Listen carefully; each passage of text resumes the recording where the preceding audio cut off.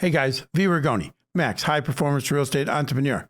Well, thanks for joining us. And what we're going to be talking about here is the Federal Reserve. That's right, because a lot of what goes on in your life financially has to do with the Federal Reserve, especially if you're an investor. But remember, smash the like button if you like the content, subscribe to the channel. That's why we're here. So let's get down to it.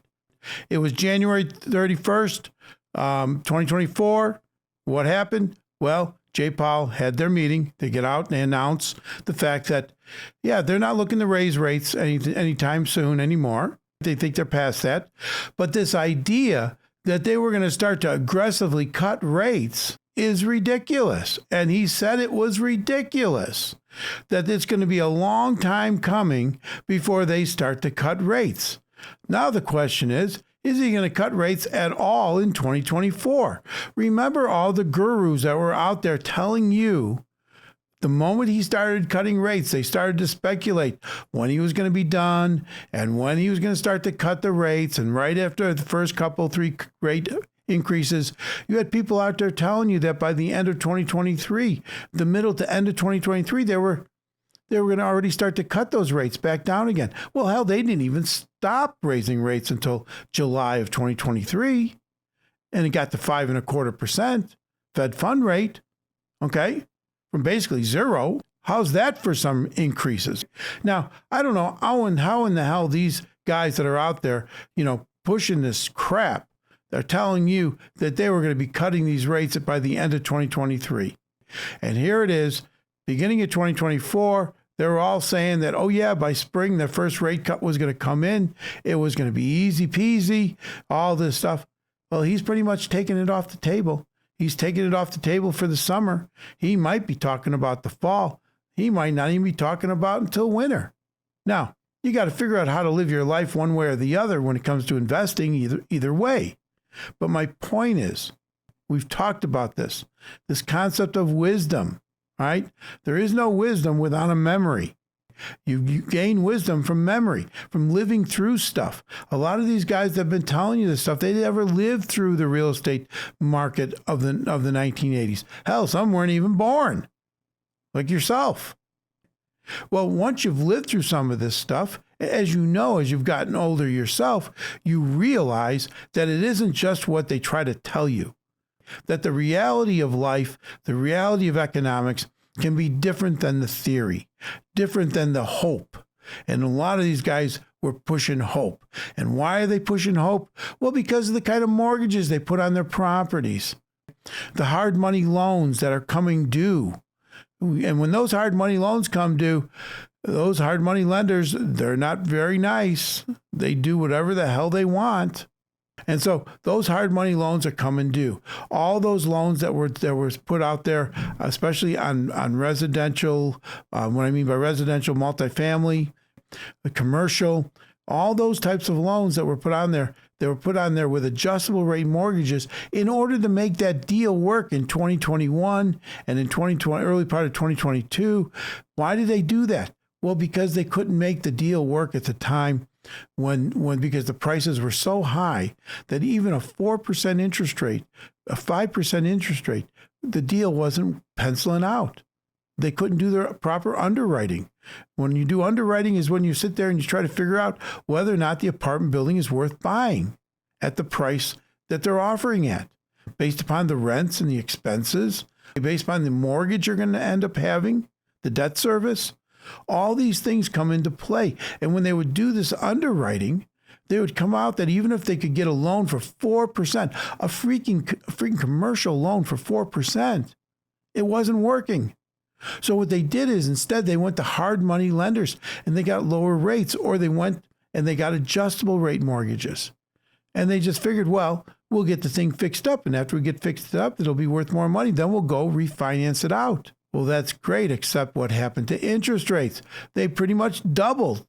Now, they've pulled back a little bit now as far as the mortgage rates, but the Federal Reserve, they're keeping those rates tight, which is going to push these mortgage rates back up a little bit.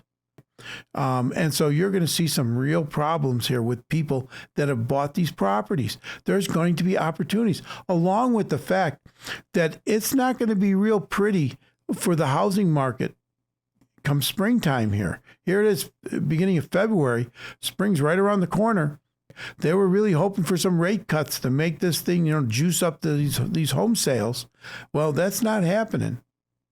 And it may not happen for another year, at least another 8 or 9 months. Well, by that time, the spring housing market, well, that's in the books. And so we might see a little bit more softness.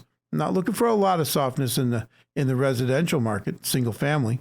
Not a lot of softness there. But we're going to be starting to look for, probably over the next 2 to 3 months, is we're going to start looking for that multifamily.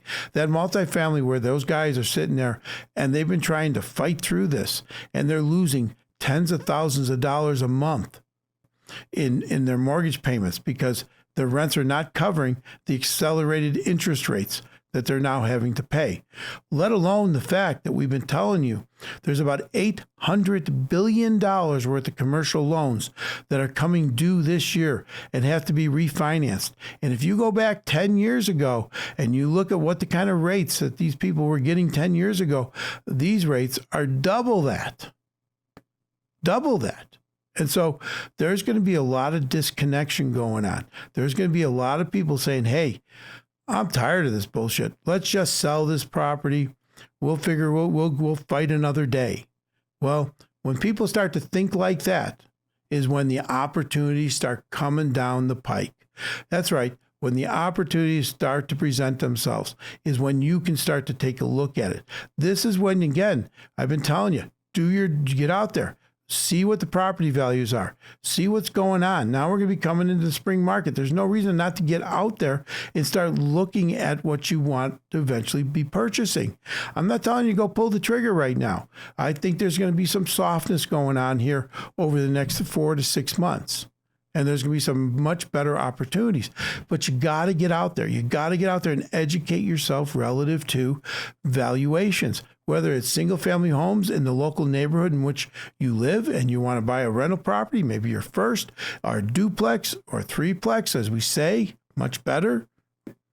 Or if you're looking at the idea of going into an apartment building, maybe you got a partner, maybe you do it yourself, whatever it is. Maybe it's a 12-unit, 6-unit, 36-unit. This is the time to get out there and figure it out. So I just wanted you guys to know this is a process. Beating inflation does not happen overnight. Much different than when you run into a recession. It's much easier to get out of a recession just by printing money and by and doing quantitative easing. That's what they've been doing through most of the 90s, through most of the 2000s, and now into this decade. Same thing. That's what they typically will do. But this time it's different. It's different because they're trying to slow the economy down. They keep talking about the fact that, we're going to be going into this soft landing. They don't know. Who the hell knows how soft this landing will be? They're not really aware of whether or not it's going to be a hard landing or a soft landing. And normally, once the yield curve reinverts, and that's what's trying to happen here, is they're trying to get the yield curve to go back the way it belongs. In other words, long-term rates should be higher than short-term rates. Let me say that again. Long-term interest rates should be higher than short-term interest rates. And that's not what's out there today. It hasn't been that way now for over a year, maybe going on 2. Well, it will eventually reinvert. Now, like I talked about before, one of the fellows that I do follow, he's talking about the fact that this isn't about the short-term rates going down more and the long-term rates staying the same. He feels that in order for this economy to really pull out of this, the long-term rate should actually be going up while the short-term rates either stagnate or go down a little. In other words, there should be, when long-term rates go up, when there's more of a demand for the money, when people are doing things, corporations are borrowing more money. Well, until that happens, long-term rates are not going to start to go up. But so the indication of long-term rates going up is the indication that the economy is growing, that the economy is accelerating. So when both the long-term rate goes down and the short-term rate goes down, that doesn't bode well for the idea that even though short-term rates are starting to go lower and reinvert, that also it still is a problem because the long-term rates are still going down at the same time. Now, I know that's a little bit in the weeds, but this is what's going on. So you got to give yourself, but there's going to be opportunities here. The longer this happens, the longer this goes on, it'll create more economic suffering for people who own properties with inappropriate mortgages and those who have to refi those mortgages. The longer this happens, which is then going to create more disconnection. And in the housing market, disconnection means, and also in the commercial real estate market, disconnection means lower prices. Disconnection means more properties come up for sale. Sellers willing to negotiate.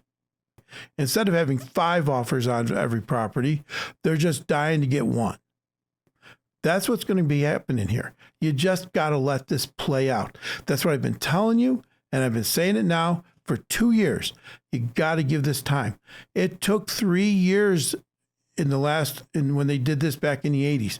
It was a 3 to 5 year period of time, depending upon where in the country you lived. If you lived in the areas in which they were growing, it was a 3-year cycle. It took 3 years for them to get out of this. If it was in an area that was not growing, it took up to 5. So you have to determine what area are you in. Are you in a growing area or not?